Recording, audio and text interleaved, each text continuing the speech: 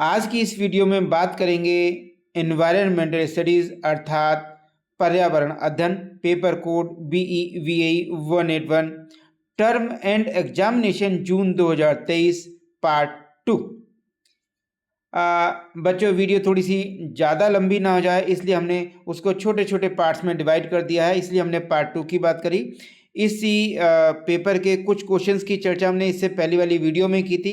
अब आगे के जो क्वेश्चंस है उसकी चर्चा हम आज की वीडियो में कर रहे हैं। साथ में हम यह भी बताएंगे कि जो क्वेश्चंस है उनके संभावित सही आंसर क्या क्या हो सकते हैं। मैं हूं आपका प्यारा होस्ट डॉक्टर हर्षवर्धन। अपने YouTube channel Devansh vocational institute में आप सभी का स्वागत करता हूं। आइए वीडियो शुरू करते हैं। जैसा कि आप देख पा रहे हैं पेपर 2 घंटे का होगा, maximum marks 50, MCQ based paper है। एक क्वेश्चन दिया जाएगा, उसके 4 आंसर होंगे, उनमें से सही आंसर आपको चुनकर भरना है। OMR शीट आपको दी जाएगी, जो आंसर आप चुनेंगे उसे आपने OMR शीट पर भरना है। तो आइए वीडियो शुरू करते हैं।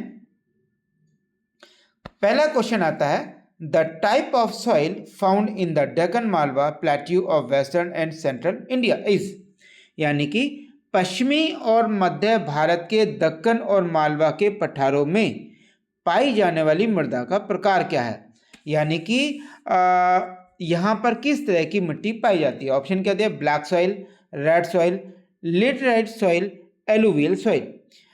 इसका जो सही आंसर होगा that is black soil. Black soil क्या है, ब्लैक सॉइल को रेगर सॉइल भी कहते हैं और इसे ब्लैक कॉटन सॉइल भी कहते हैं। यहाँ यह भी बता दें कि जो काली मिट्टी है वो बेसिकली जो दक्कन ट्रैप्स है वहाँ पे वॉल्केनिक रॉक्स पाई जाती है, यानी कि ज्वालामुखी फटती है, फटने के बाद वो ठंडी होती है, उसके ठंडा होने से जो पहाड़ बन जाते हैं उस पहाड़ पर जो मिट्टी पाई जाती है दैट इज ब्लैक सॉइल।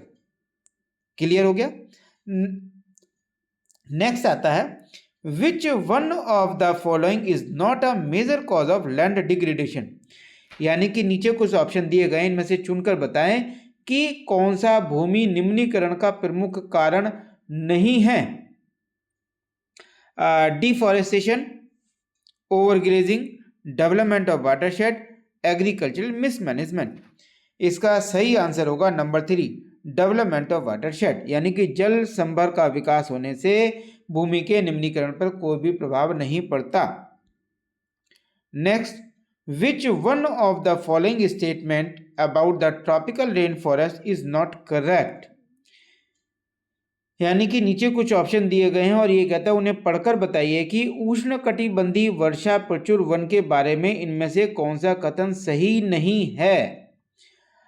ये कहता है, देखिए, it covers less than 7% of the earth land surface. 2, it accounts for more than 50% of all known species. Number 3, about 62% of all known plants are found in these rainforests. And number 4, the rainforests are only found around Amazon and Nile basin. इसका जो सही answer होगा number 4, यानी कि वर्षा प्रचुर one सिर्फ Amazon और नील basin के आसपास ही पाए जाते हैं। Next, it has been estimated that India needs dash percentage area under forest to meet the ecological and economic needs, यानी कि यह आकलन किया गया कि भारत को अपनी पारिस्थितिकीय और आर्थिक आवश्यकताओं को पूरा करने के लिए कितने प्रतिशत क्षेत्र में वन आच्छादन रखना चाहिए। इसका सही आंसर होगा थर्ड, दैट इज 33%। नेक्स्ट आता है, NTFP स्टैंड्स फॉर, कुछ ऑप्शन दिए गए हैं। ये कहता है कि जो NTFP है इसका पूरा नाम क्या है, फुल फॉर्म क्या है। इसका जो फुल फॉर्म होता है number 2, that is non timber based forest product. तो आंसर होगा नंबर 2। नेक्स्ट आता है, which one of the following diversity is known as fundamental currency of diversity, यानी कि नीचे कुछ ऑप्शन दिए गए, इन्हें देखकर बताएं कि इनमें से कौन सी विविधता को विविधता की मूलभूत मृदा फंडामेंटल करेंसी ऑफ डाइवर्सिटी कहा जाता है।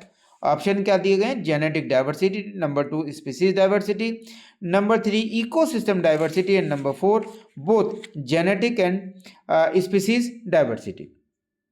इसका सही आंसर होगा number 1, that is genetic diversity.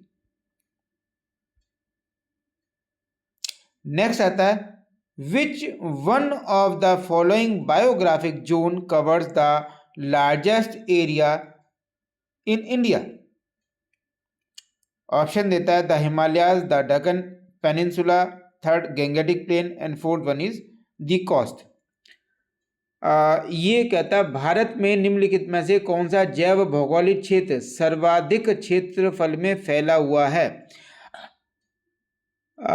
देखो इसके नॉर्मली आंसर देखोगे तो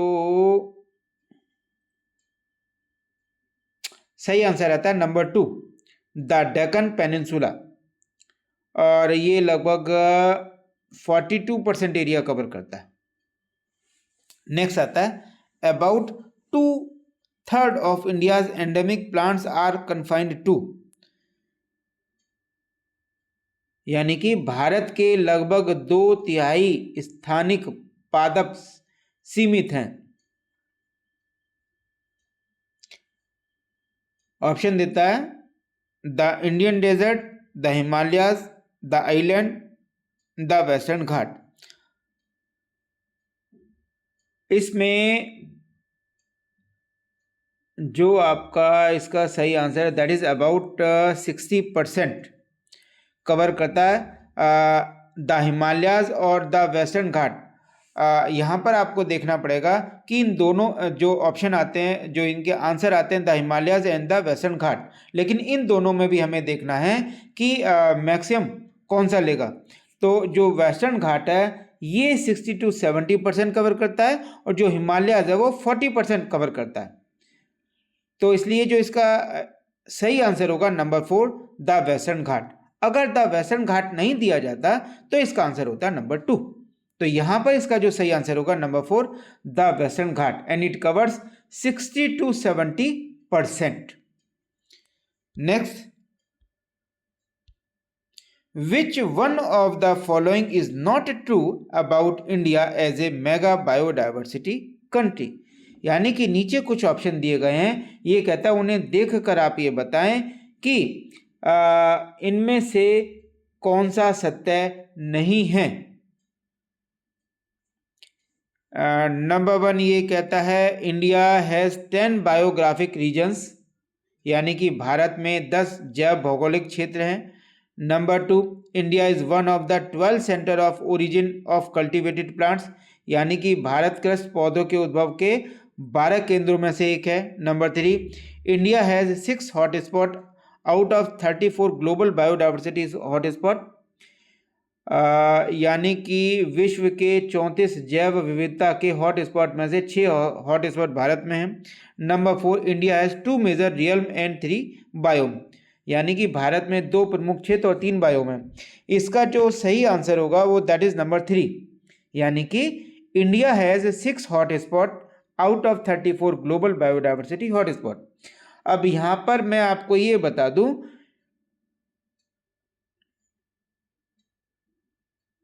कि केवल 4 हॉट स्पॉट है ये बेसिक आप और ये कौन कौन से हैं? Number 1 Himalayas, number 2 Indo Burma region, number 3 western Ghat and number 4 Sunderland.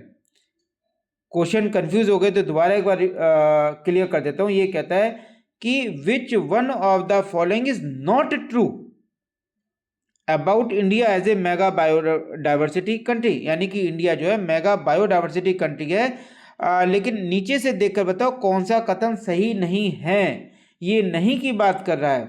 Bharat में 10 जैव भौगोलिक क्षेत्र हैं, जी हाँ बिल्कुल है। भारत कृषि पौधों के उद्भव के 12 केंद्रों में से एक है, यस है। नंबर 4 कहता है भारत में 2 प्रमुख क्षेत्र और 3 बायोम है, यस है। लेकिन तीसरे में कहता है कि विश्व के 34 जैव विविधता के हॉट स्पॉट में से 6 हॉट स्पॉट भारत में है। बेसिकली 6 हॉट स्पॉट नहीं है, केवल 4 हॉट स्पॉट है। और ये 4 हॉट स्पॉट कौन से मैंने अभी आपको बताया, number 1 Himalayas, number 2 Indo Burma region, number 3 western Ghat and number 4 Sundaland. Clear हो गया। नेक्स्ट चलते हैं। In India the first wave and tidal energy project was set up at, यानी कि भारत में पहली तरंग और ज्वारीय ऊर्जा परियोजना स्थापित की गई थी। कहाँ पर? विजिजम इन केरला, हंसथाल ग्रीक इन गुजरात, सुंदरबन इन वेस्ट बंगाल, चेन्नई इन तमिलनाडु। इसका जो सही आंसर होगा दैट इज नंबर 1, केरल में विजिंजम। नेक्स्ट आता है, which one of the following sources contributes maximum electricity in India, यानी कि निम्नलिखित में से कौन से स्रोत से भारत में सर्वाधिक बिजली प्राप्त की जाती है? ऑप्शन दिया गया hydro power, number 2 oil, number 3 coal and number 4 natural gas. इसका सही आंसर होगा कोल। कोयला के द्वारा सबसे ज़्यादा इलेक्ट्रिसिटी ली जाती है और यहाँ पे ये बता दें इसके द्वारा लगभग 70% बिजली प्राप्त की जाती है। तो इसका सही आंसर होगा नंबर 3। नेक्स्ट आता है, which one of the following source of energy is used maximum in rural India, यानी कि ग्रामीण भारत में ऊर्जा के निम्नलिखित में से किस स्रोत का अधिकतम उपयोग किया जाता है? ऑप्शन है कोल, बायोगैस, सोलर एंड बायोमास। तो इसका सही आंसर होगा नंबर 1 कोल, कोयला।